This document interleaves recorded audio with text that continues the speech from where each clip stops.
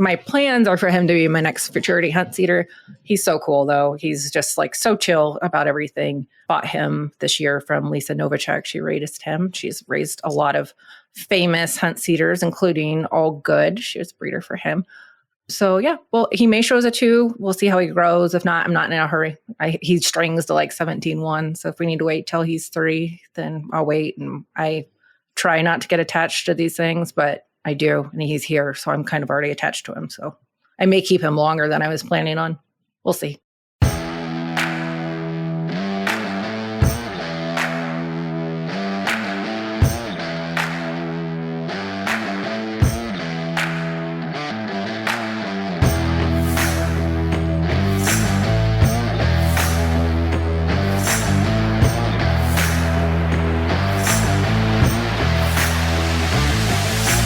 Bring them in on the rail at a jog, please. On the rail at a jog.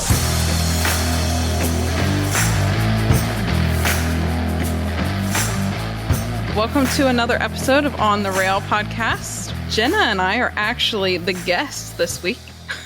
We decided to record just conversation between us, and hopefully you guys get to know us a little bit.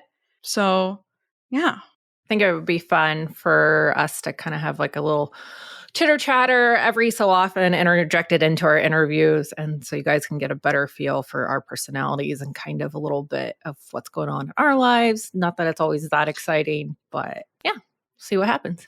So we kind of had a layout of how we were going to do things. So for anyone that listens to any co-hosted shows, some like to go into a high versus low part. And Jenna so happened to name ours in the saddle for our high and in the dirt for our low, which we feel like is super fitting for our industry, of course. So Jenna, if you want to just go into your in the saddle moment for the week.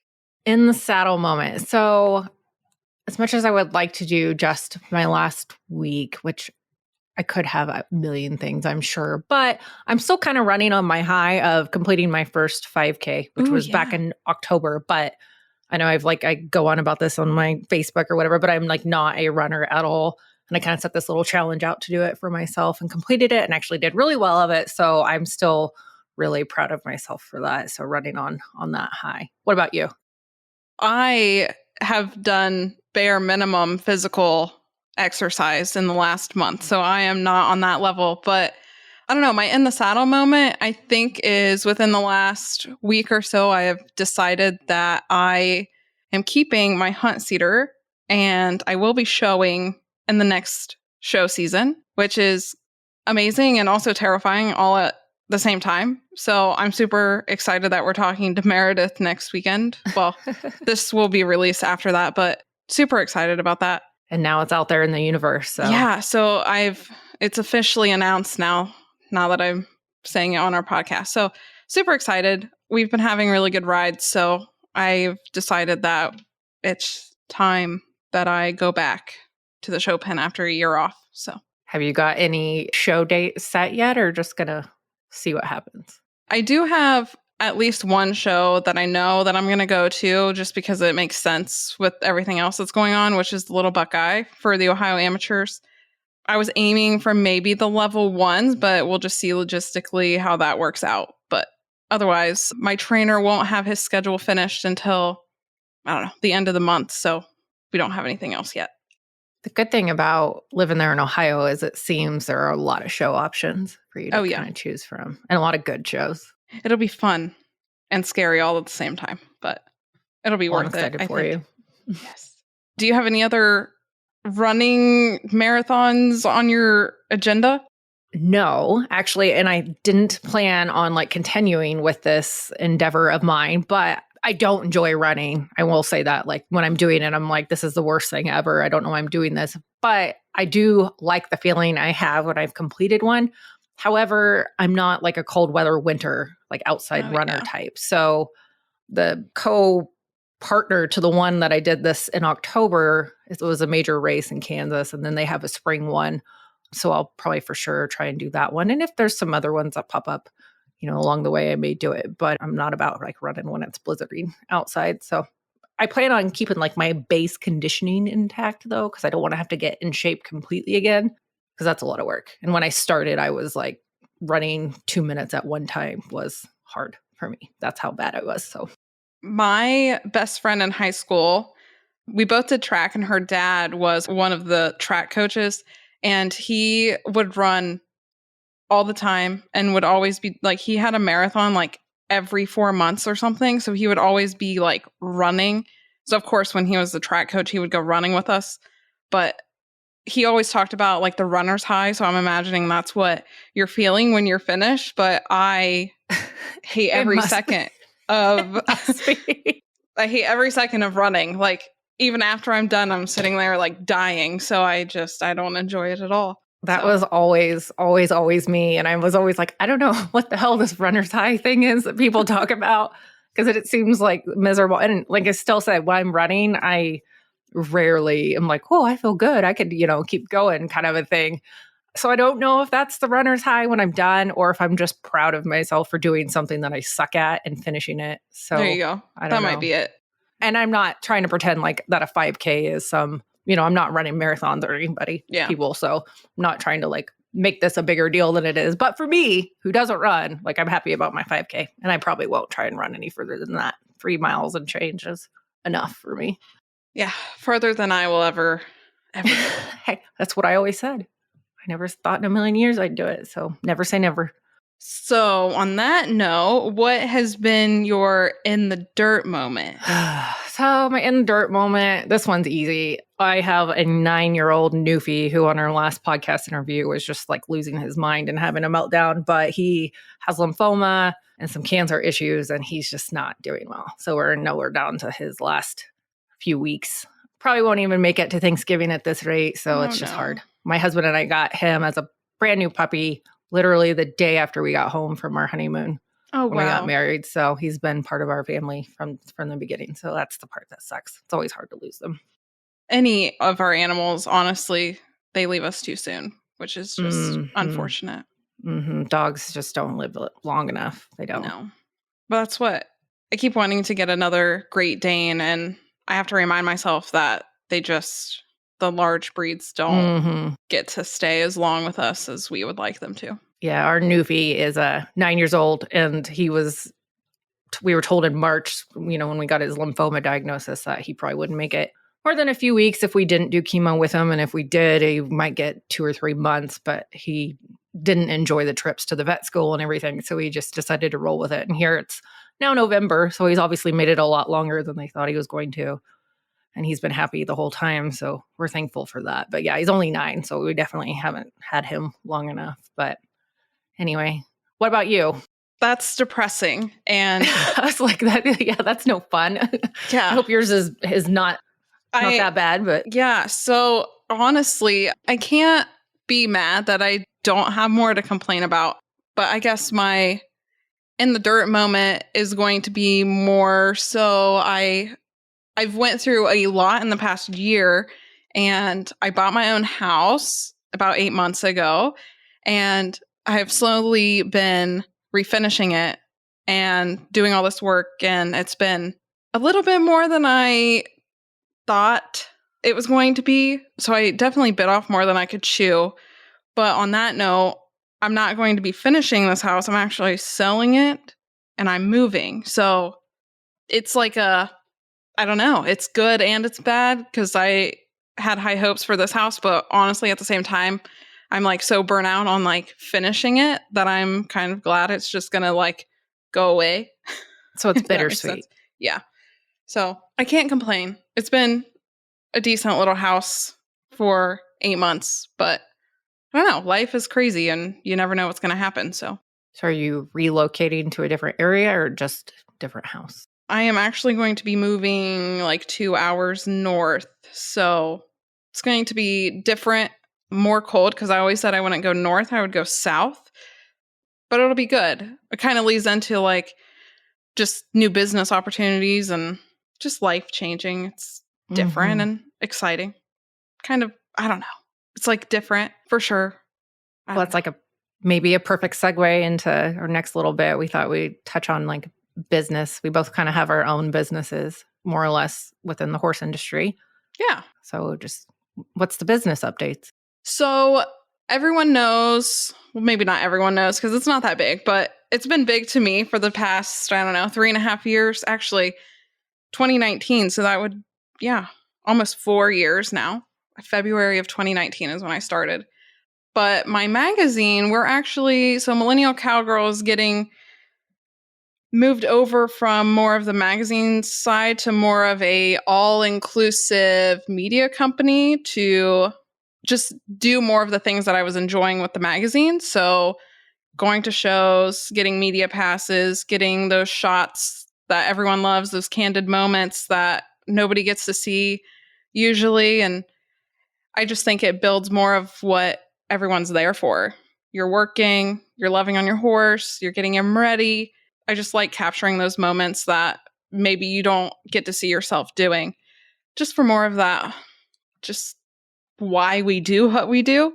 To most people, they think we're crazy that we spend so much money and time and just everything within that involves showing horses. So I like capturing those moments. And then with this podcast, it's led to more of a different outlet of creativity. So that's been really fun. But Millennial Cowgirl funds most of my portion of this podcast. So I would like to be able to get it going a little bit more for all of you guys, which is why I'm kind of switching over to a media company instead of just a digital magazine. So I don't really know what that's going to look like yet, but it definitely won't be a monthly issue anymore like it once was. And I want to offer some writing services, freelance, like just writing articles and doing that sort of thing. So don't know what that's going to look like yet, but for the move that I'm making, I will have a mobile trailer and at some point a brick and mortar once the barn is redone of just high quality ride wear. I don't feel like our industry gets that enough. We have a lot of the Western boutiques and of course the clothing is adorable, but it doesn't really serve us when we're trying to ride and do work. So that's what Punchy 53 is going to be, which is the new business. So I'm excited about that. So it's almost kind of like athletic wear for riders in a way, but with more of a Western-y flair than what we see like in the hunter jumper rider. Is that kind of what you're thinking? Yeah. So it's just going to be more, I don't want to say that the Western boutique type clothing is cheap, but you won't go out and ride in that or be able to work in that. And so I want to offer, jeans that are comfortable, stretchy, high quality, so they're not going to like rip and tear and just, turn into a painting pair of jeans. Like, you know what I mean?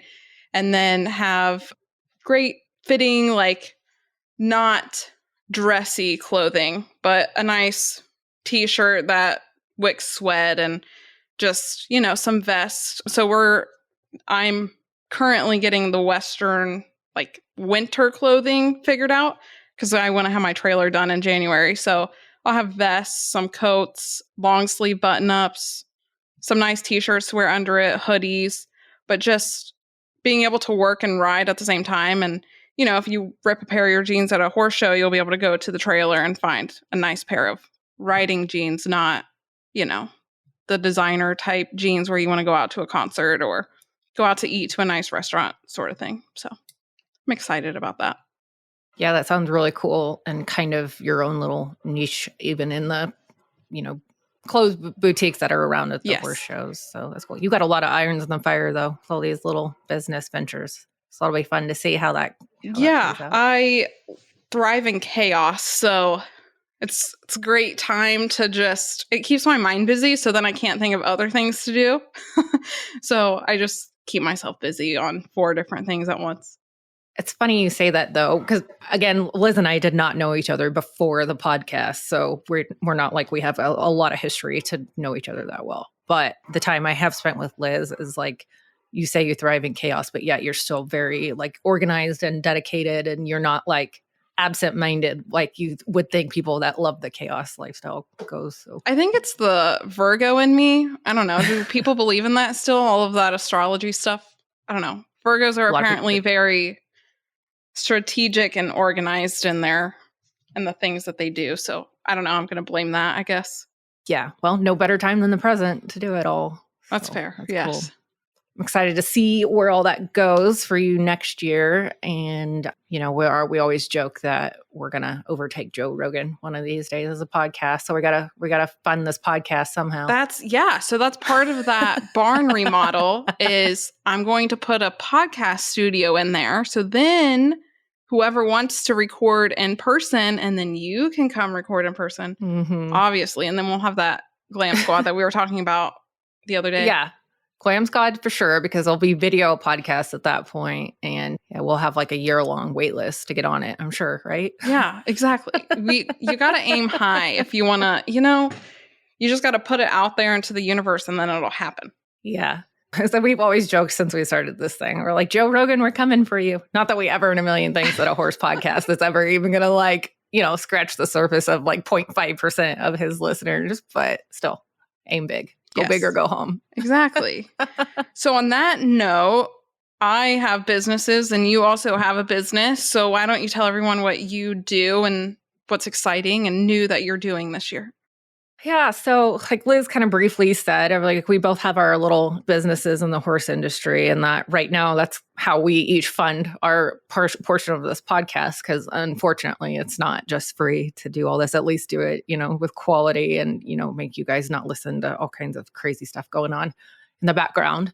But I have a business called Right Fit Life, and it is online-based fitness coaching for riders, equestrians, mostly people in our, subset of the horse industry and stock breeds and whatever. And actually this is my first year mostly to be doing it like full time. I worked with my husband and his business forever and still help him out like one day a week, typically, if I so choose to.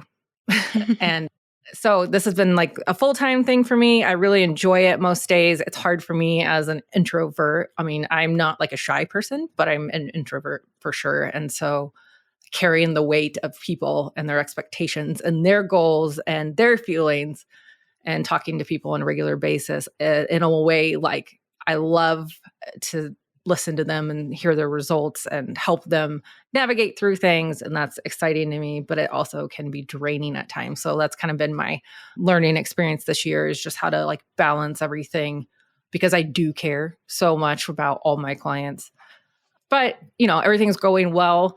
Got, just a great group of people that are my clients right now. I have, other people reaching out to me that may come on board, which is always funny to me because it's an interesting time. I don't know when this podcast will come out, but it's getting into the holidays. And I think after the first of the year, everybody has big goals there. But then I also think after the first year, I'm going to kind of be launching a new product service offering. I don't want to say too much yet, but I'm kind of working on that, and we'll be probably at a little lower price point for people so I can help more people. I'm always trying to think of like, how can I help the most people? And I don't want it to always just be, whether you can afford it or not. So we'll look for that. So that's kind of the thing I got in the works right now. But yeah, ooh, that sounds exciting. Yeah. Like you, I'm always just thinking. I'm like a hamster wheel. I'm pretty sure that's just like instilled in anyone that wants to pursue any type of entrepreneurial like journey or whatever. We're just like that wheel is always turning, and we're always thinking of like, oh, what can we do next? What can I do better, etc. That introvert comment kind of cracked me up because we were talking the other day about so we batch record for anyone that was curious. So we pick 2 Sundays usually a month, and then we set up our interviews, and then we're recording all day. So we were just kind of joking the other day about like having to have that mood or be mentally prepared for all of the talking and like questions, and Jenna always does a great job because I've been quiet recently, but we each try to get a guest. But if somebody brings somebody on, I usually let Jenna handle hers, and then I do mine. But yeah, it's a lot of talking for people that are kind of like for us. Yeah. Her and I are very similar, which is what's so funny because we didn't know each other previously, but we're very much alike. And as she said, she's not shy. I'm not really shy, but like I have a social bar. So sometimes it gets a little bit stretched out, and then, Yeah. One thing I heard that was perfectly describes like introverts versus extroverts is like extroverts get in a crowd of people and they like get energy and they get, more out of it, and they feel like more energetic. Whereas an introvert like starts with a full tank, but when they're in a crowd of people, it like drains it. And I'm like, that's me. That is so me. Like, I mean, I don't hate people by any means. I love interactions with people, especially horse people for the most part. But yeah, conversations is like draining to me. So I'm a loner. I could easily be a loner. Yeah. I always have those like moments in the evening where I just like sit and I'm like, okay, I can With your decompress. dogs. Yes. It's just quiet and I can just sit here and then I'm going to go to bed. Yeah, I know. And it's funny because my husband is like the polar opposite of me. I mean, he is extroverted as it gets. He can talk to anybody about anything for any length of time, and it's so funny to me that like we get along like we do. And I think we're good about like each having our own space, and he travels all the time anyway. So I think that's probably why it really works. But yeah. So for anyone interested, we do have, for anyone that loves the show and would like to sponsor, I'm just going to throw a little jab in there. We do have a sponsorship kit that you can find on our website, ontherailpodcast.com, for anyone that would like to sponsor us in any way. That just allows us to continue doing what we're doing, but hopefully get better as we go on. We have high hopes for the podcast, and we keep our guest lineup is just more intriguing and interesting as we go on. So it's super fun getting to talk to everyone, and super excited about Meredith's live, even though this is going to drop after her live, but it'll be super interesting to have all of those. And we would hope to do more live episodes like that, just talking to great people in the industry, and you guys would be able to ask your questions and get answers right then. Yeah, absolutely. On that sponsorship packet, which is great because Liz has designed like an actual PDF downloadable packet that details everything about what you would get and for the different price levels. And there are multiple levels. So that's really cool. It's nice to have somebody on the podcast that is great with that type of thing, because that is not my jam at all. But we also, I think, in the future would like to do some live podcasting from maybe some of the bigger horse shows and that type of thing too. So that's all stuff in the works. Maybe next year. Who knows? Yes, super excited. I mean, honestly, you guys have been great listeners, and what we're on episode 13 will drop tomorrow, which is the 7th. So, a month and a half or 3.5 months ish. 3 months, if I can math. You guys have been super awesome. You have grown our podcast quite a bit. So we're super excited about that. We appreciate all the feedback we get from everybody. Like to hear your comments, and always, this brings up the please like, share, subscribe, tell everybody, that joy thing that we always forget to say. Yes, we never say that at the end of our podcast. We need to have like a note on our laptop or something that one of us needs to jump in there. We do. We're never going to make it to Joe Rogan status unless we remember to say that. No, but one of our past guests, Elizabeth, she always says that we make Mondays great. So that's going to be our slogan on some merch and stuff once we get that going. That'll be nice. Yeah. Making Mondays great again. So we were going to have general conversation. Usually Jenna and I have great conversation when we're not recording. So it feels awkward that we're going to not force it, but like it feels pressure to make conversation. But the world show's going on right now. I'm just trying to list out some things. Show season's going to be over usually, like for most people after November. For a lot of people. Yeah. I know like Color Breed Congress is going on in Tulsa, and the app world is either just finishing up or somewhere. So yeah, I think a lot of people are going to be wrapping up their show seasons. Speaking on that, it's really interesting that they have the Appaloosa World Show during the Color Congress. Do they like overlap? Yes. So going back a few years back, Color Breed Congress started after, I think even when Paint World was in November. So it used to be like the Paint World was split then, or was together in the summer, like it is back now. And then they split it to Youth in the summer, and the Open and Amateur in November, early November. So it was like App World went then there was like a couple of days in between, and then Paint World started. And then somewhere in there, Pinto started their Congress, and it was just Pintos at first. And I can't remember if that started right before Paint World split, but then once Paint World was going on at the same time, as they opened it up to the whole like color breed Congress. So now it's like they have Appaloosas, Palominos, Buckskins, they like pull from a larger thing. So yeah, there's still a lot going on right now at one time. That is a lot. I know there's only so many dates available, so it's like hard to get off of other associations, but like we always say, we're all better together. It's unfortunate that some of these shows have to fall on top of each other. It would be pretty awesome for eventually, once we've grown, I think Color Congress would be fun to attend and do some interview stuff and chat with people. I've always wanted to go to that one. It seems fun. Obviously, after Quarter Horse Congress, it would be interesting to see the flip side of the color. Yeah, I don't think it's anything like Quarter Congress, like not even on the same spectrum. But I do think it's a little bit different, like a subset of the industry that probably doesn't get highlighted enough in a lot of ways, and a lot of people that just enjoy showing. Yeah, it'd be fun to do. Lots of different things. You just need to like come spend the end of or early November in this part of the country, Oklahoma. Yeah, literally everything is going on that side. A whole bunch of shows. Yeah. Yeah. So you said you are showing next year now. Yes. Planning on that. So I know you took this whole year off. We both took this whole year off, and that's been, for many different reasons. But what are your reservations about showing next year, and what's your kind of like outlook on where you stand on things with yourself? So I've never really shown Hunt Seat competitively. Like when I was a youth kid, I would do it, but like I didn't know what I was doing, and it was just like a filler class because as a youth kid, you're just full of energy, so you don't want to like sit around. So back in my 4-H days, I would just go in, throw a hunt saddle on, and just go for it. But my mom always had this reservation of never allowing me to have a horse bigger than like 15 2 hands. For what? I don't know why. Like she just never, it was a no. Like you can't have anything bigger than this. So when I was 18, I bought a little red filly. She was Western pleasure bred, super cute.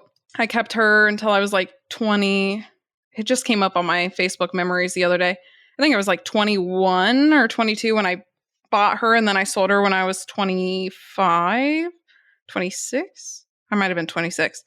But after I sold her, I actually didn't sell her, but I found my current horse, Lincoln, for sale, and I ended up buying him before I sold her. But I was an adult, and I found this giant Hunt Seater, and I always wanted to try showing Hunt Seat. So I bought him, and the first year was a little rough. We had an accident in February I bought him in October. That February, he had an accident. So, and then that was the year COVID started. So we didn't really have a show season. And so we were just riding, and I would take him to some smaller shows, and it was fine. But I still wasn't ever fully comfortable in my hunt saddle. And like, I know that was on me because I never wanted to ride in my hunt saddle. Yeah. So the following year, last year, 2021, we had a good show season. Was getting more comfortable. Life things happen, just things happen. So took all of last year off. My reservation is I have to hold myself accountable to riding in my hunt saddle. So we've started off well so far in November. I've been making myself ride with no stirrups because, no stirrup November. I was going to ask if you were doing no stirrup November. Yes. So that's where I'm starting. And then my trainer called me out yesterday and asked and questioned why my hunt saddle wasn't out there.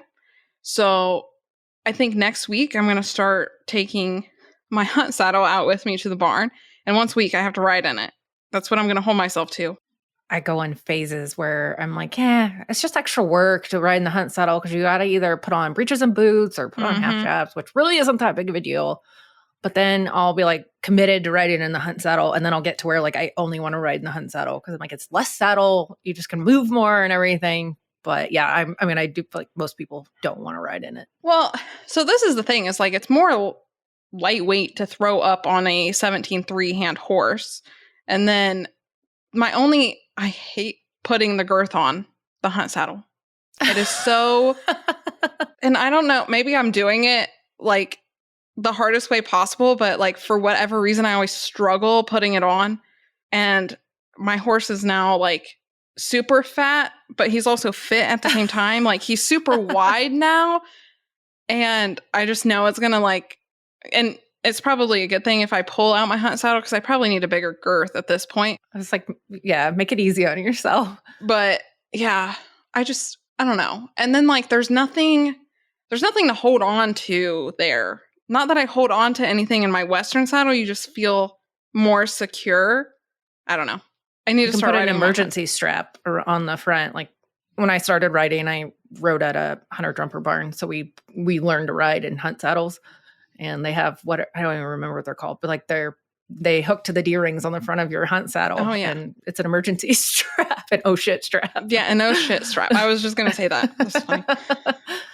Yeah. No, you'll be fine. It'll feel like right at home after you just commit to it, do it. Yeah, that's my problem. Like, and that's what I said to him too when I decided I was going to show. I was like, I got to at least ride in it once a week because I need to get better and just more comfortable at riding in it. So I'm like taking it as a challenge at this point that I'm just going to get used to riding in it and I'm going to go out to the first show and kill it. Not that I need to place, just go out and have a good ride. That's all I'm like envisioning for whatever show we decide that we're doing first. I don't know when it's going to be, but I think that's great. And also when we do our live with Meredith, we can talk. You can be like a subject. Yeah. We'll just peel back all of Liz. Yeah. My anxiety is already like, we're like, we need a 6-month anti-anxiety plan for Liz. We can start now so that by the time the show pen comes around, you're ready. So my trainer and his wife were out in the arena the other day. I don't know. It was like day 2 of no stirrups. And they're like, why haven't you dropped your stirrups yet? And I'm like, I'm still warming up. And they're like, are you nervous? I was like, yeah, you all are watching me. And they're like, good, we're going to get you ready for when you go show. And I'm like, great. I just love being watched so much.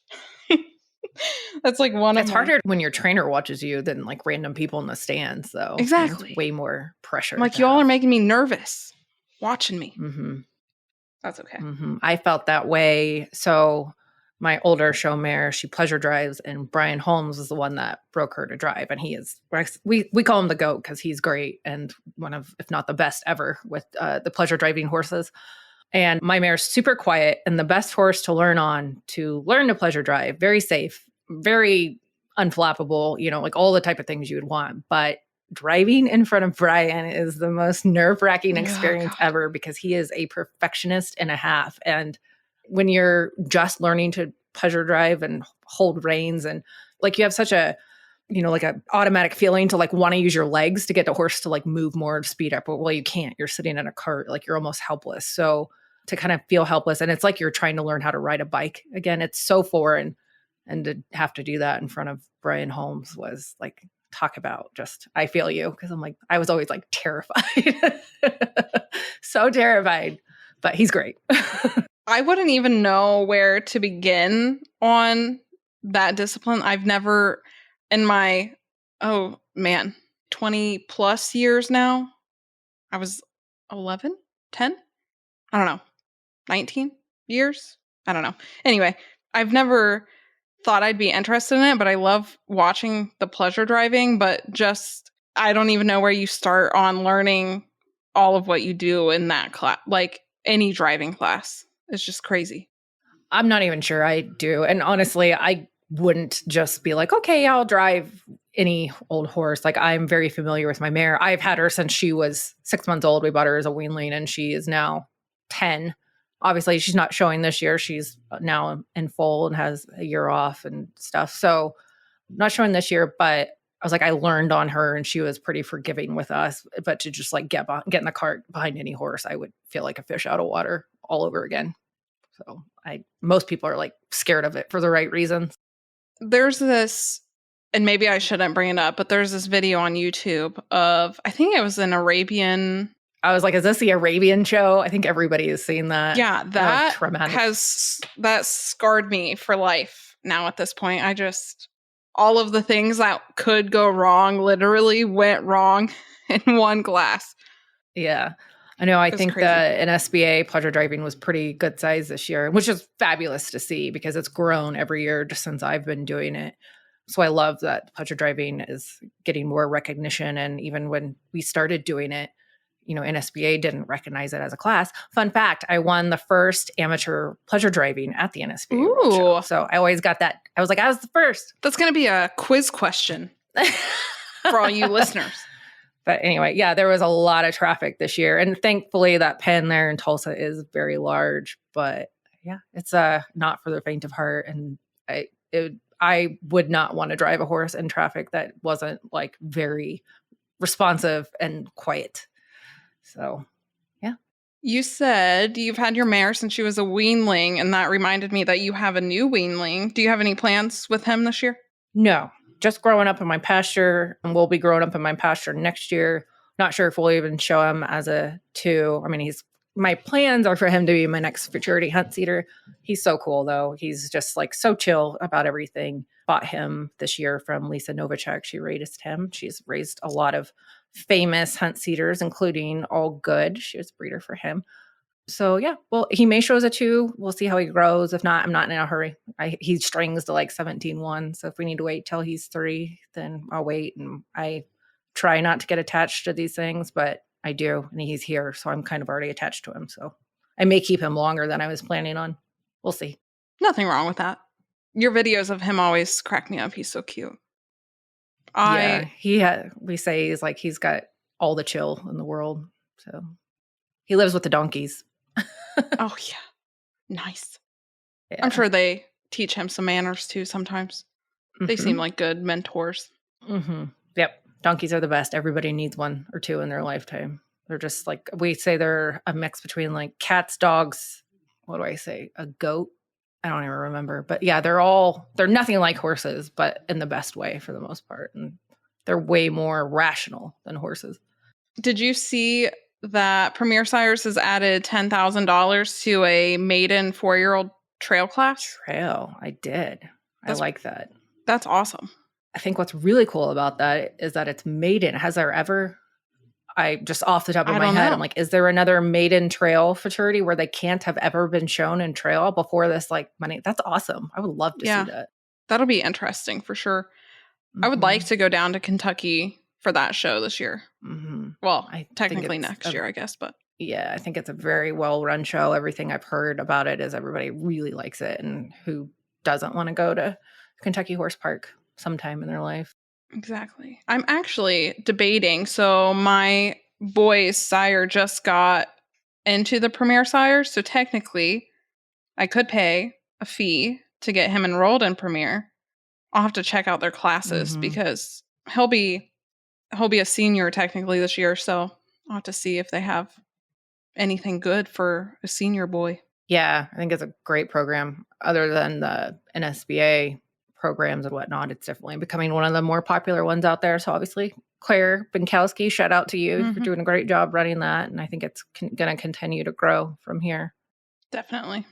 Also, just since we're giving shout outs to shows giving more money, is I know March the Arch is doing more money for the hunt seaters, which we had Farley's episode on talking about. Yeah.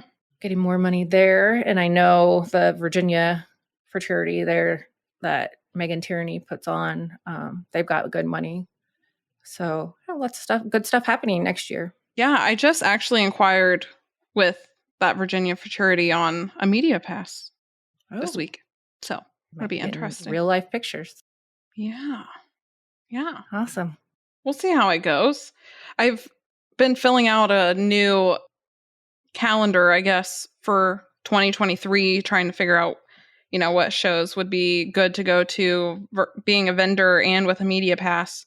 And like September, and I think it was June or July, there's only like one weekend with nothing happening right now. And I'm like, I only have 4 or 5 different show associations in there so far. So the summer might be busy. Busy. Yeah. Sounds like it'll be busy. I did hear that I don't rumor mill, everybody, not official. We have no official knowledge of this, but the sudden impulse futurity that was at the WEC in Ocala in April allegedly is not happening next year. So I guess you can wonder about that. We've reached out to them a couple of times to see if somebody wants to come talk to us. So far, they haven't. So it's interesting, especially since the championship show didn't happen in October. Yep. They had was it the Ranch World show or the ARHA, American Ranch Horse Association? I don't remember. I don't know what association it was, but they had a world show there in July. That seemed like it went well. But otherwise, I don't know what other stock for something westerny. Yeah. I know they have good participation in their hunter jumper stuff, and that's probably where their bread and butter is. That's a whole different industry. And of course, if we think our stuff is expensive, that's on a whole nother level of stalls, braiders, and all of that. So there probably is more money to be made. But, like NSBA is now sponsoring that or sanctioning that for their sole reason because of the WEC stuff. And so it's odd that they're now kind of parting ways with stock stuff. And again, none of this is official. I don't know this. This is all hearsay, rumors. So take it for what it's worth.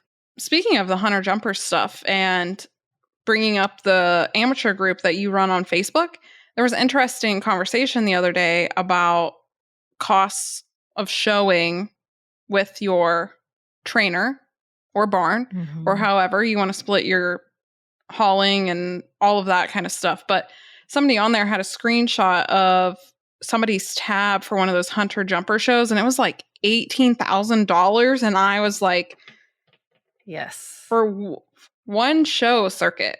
And I'm assuming it's for the ones that like last a month or whatever, but still, like how does one afford that? I know, again, I did hunter jumper shows as local shows as a kid, but not at that level by any stretch of the imagination. And I know that they like have groom, like you have to pay your groom daily. They also braid every day. They don't braid and put slinkies on like we do. So they braid and unbraid every day. So that's why braiders love to do them, because they make, 4 times the amount of money at those shows than they do at ours. That's crazy. So it's just a different world. But yeah, I'm like, I don't understand. Our shows are expensive enough. The whole setup of it and just the experience is expensive. I don't know how the average person, frankly, doesn't afford to do that. There's no way. There's just no way. That's crazy. Which is a whole nother can of worms we could get into. Maybe topic for another day. So I know we have another interview coming up, so we probably need to wrap this one up. Yep. So thank you all for joining us on this little chatter episode. Like, share, subscribe, comment on Facebook. We'll get better at this. I promise. It's just going to take practice. But we will catch you guys on the flip side. See everyone.